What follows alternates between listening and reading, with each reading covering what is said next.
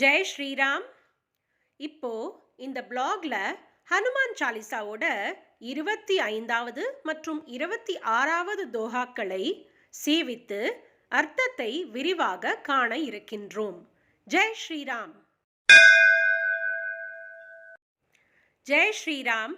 அனைவரும் இந்த தோஹாக்களை அடியேனோட சேர்ந்து சேவிக்கணும்னு பிரார்த்திக்கின்றேன். ஜெய் ஸ்ரீராம். नासे रोग हरे सब पीरा, जपत निरंतर हनुमत बीरा। संकट से हनुमान छुड़ावे, मन क्रम बचन ध्यान जो लावे. जय श्रीराम. இந்த ரெண்டு தோஹாக்களோட அர்த்தத்தை இப்போ நம்ம சேவிக்கலாமா? துளசிதாசர் நிறைய விஷயங்கள்ல ஹனுமாரை, அவரோட பெருமைகளை, கல்யாண குணங்களை திருப்பியும் நிறைய ஸ்லோகங்களையும் தோஹாக்களையும் சொல்லி அனுபவிச்சு அழகா ஆசையா பாடியிருக்கார். இந்த ரெண்டு தோஹாக்கள்ல அவரோட ரொம்ப இருக்கிற பெரிய ஸ்ட்ரென்த்தான ஃபிசிக்கல் மென்டல் ஸ்ட்ரென்த்து, அது மட்டும் இல்லாமல் அவர் பயங்கர மாபெரும் வீரன் இல்லையா, பயம் இல்லாதவர், அதாவது ரொம்ப கரேஜியஸாக இருப்பவர், அப்புறம் ராம பக்தர். அதுக்கப்புறம் இத்தனை ஸ்ட்ரென்த் இருந்தால் கூட ஒரு துளி மமதை கூட அவருக்கு கிடையாது. என்றைக்குமே அது ராம கைங்கரியத்தில் ஈடுபட்டு தான் சந்தோஷமாக இருக்கணும்னே என்றைக்குமே விரும்பியிருக்கார். ராம கைங்கரியத்தில் ஈடுபடணுங்கிறது மட்டுமே தன்னோட வாழ்நாளில் ஒரு குறிக்கோளாகவே, தன்னோட ஜென்மமே அதுக்கு தான் அப்படின்னு இருந்தவர் தான் ஹனுமார். இப்போவும் அப்படி தான் இருக்கார். ஏன்னா அவர் ஒரு பெரிய சிரஞ்சீவி கூட. இப்பேற்பட்ட ஹனுமாரோட வீரம், எப்பேற்பட்ட வீரம் இருந்தால் கூட அந்த ஹனுமாரை நம்ம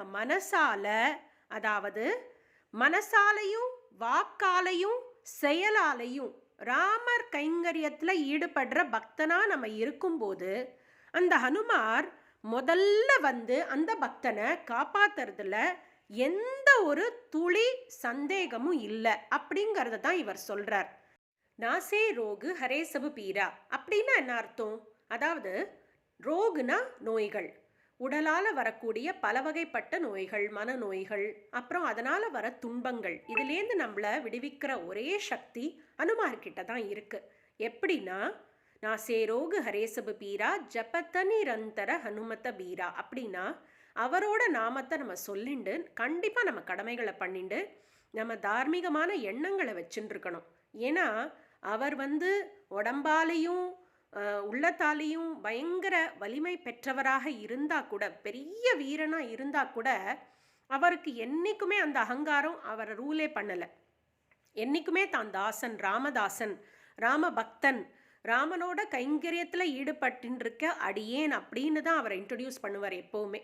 அப்படி இருக்கும்போது அவரோட அந்த குணாதிசயமான அந்த ஒரு ஹியூமிலிட்டி, அதாவது ஒரு பணிவு நம்ம கிட்ட, பக்தர்கிட்ட இருக்கும் பொழுது தானாகவே அவரோட அனுகிரகம் நமக்கு கிடைக்கும்.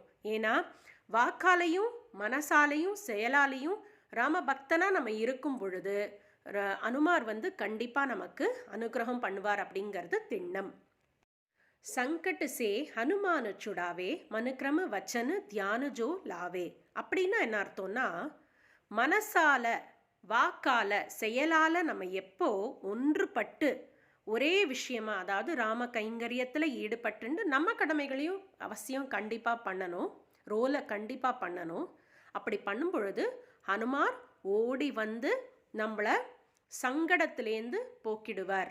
நம்மளை அந்த சங்கடத்தை ஃபேஸ் பண்ணுற ஸ்ட்ரென்த்தும் அவர் கண்டிப்பாக கொடுப்பார். அப்படிங்கிறது தான் இந்த ரெண்டு தோஹாக்களோட ஒரு விவரமான மீனிங். ஜெய் ஸ்ரீராம்.